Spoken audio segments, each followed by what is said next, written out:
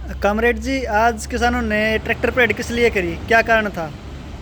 आज पूरे देश में संयुक्त किसान मोर्चा और केंद्रीय ट्रेड यूनियनों के आह्वान पर ये ट्रैक्टर परेड की गई है। और इस ट्रैक्टर परेड का उद्देश्य ये है कि आज से अबू धाबी जो संयुक्त अरब अमीरात की राजधानी है, वहाँ पर विश्व व्यापार संगठन की मंत्री स्तर की बैठक हो रही है। और इस बैठक में वो विकासशील देशों पर कृषि के ऊपर जो है वो ऐसा ऐसा सब्सिडी और वहाँ का जो न्यूनतम समर्थन मूल्य है उसको वो घटाना चाहते हैं। और विकासशील देशों की सरकार पर ये दबाव देना चाहते हैं कि वो वहाँ के किसानों को एमएसपी की गारंटी ना दे, सब्सिडी कम करना चाहते हैं और ट्रेड यूनियन जो अधिकार हैं उनको ख़त्म करना चाहते हैं। सार्वजनिक वितरण प्रणाली को भी जो गरीब लोगों के लिए अनाज देते हैं कंसेशनल रेट पर, वो उसको भी ख़त्म करना चाहते हैं। वो चाहते हैं कि अमीर देशों का माल, दालें, अनाज, तेल वो विकासशील देशों में जाए और उनको बाज़ार मिले। इसलिए हमने संयुक्त किसान मोर्चा ने मिलकर के ये तय किया कि भारत सरकार WTO की शर्तों को ना माने और उससे बाहर आए, अन्यथा हमारे देश की जो कृषि अर्थव्यवस्था है वो बर्बाद हो जाएगी। और हम चाहते हैं कि भारत उसका बायकाट करके उससे बाहर आए। और यहाँ देश में किसान मजदूरों के आंदोलन चल रहे हैं, किसानों की एमएसपी की संवैधानिक गारंटी दी जाए MS स्वामीनाथन के अनुसार, बिजली का निजीकरण वापस हो, किसानों की कर्जा मुक्ति हो, क्योंकि बड़े बड़े उद्योगपतियों के इन्होंने 25 लाख करोड़ रुपए जो है बट्टे खाते डाल दिए हैं।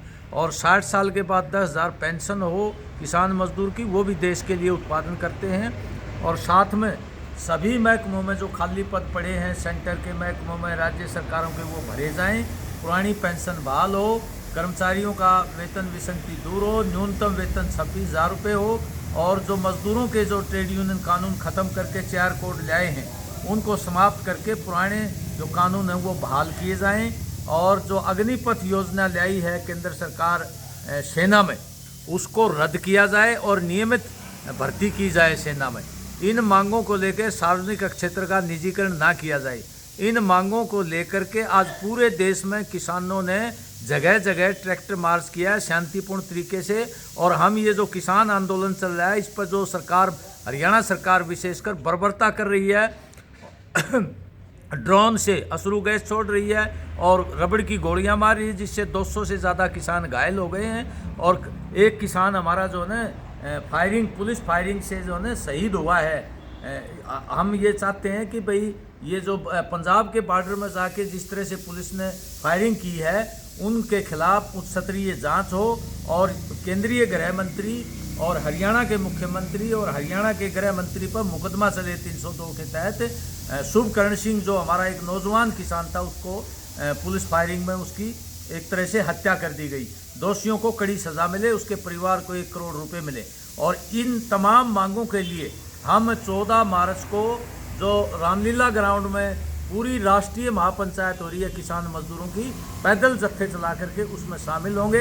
अगर सरकार ने ये मांगे नहीं मानी तो आने वाले टाइम में किसान मजदूर इकट्ठे होकर के इस सरकार को बदलने की प्रक्रिया शुरू करेगा। हम ये कहना चाहते हैं जनता हमारा साथ दे, क्योंकि ये कार्यक्रम बड़े शांतिपूर्ण तरीके से हम कर रहे हैं ताकि आम जनता और जो आम किसान मजदूर है उसकी रोजी रोटी पर हमला है और जो एक तरह से हमारे भाईचारे को बिगाड़ा जा रहा है, हमारा जो लोकतंत्र है उस पर हमला है। ये लोकतंत्र को बचाने की, हमारी रोजी रोटी बचाने की, हमारा भाईचारा बचाने की लड़ाई है, जो एक तरह से सरकार ने अघोषित तानाशाही और आपातकाल लगा रही है, उसके विरुद्ध ये आंदोलन है।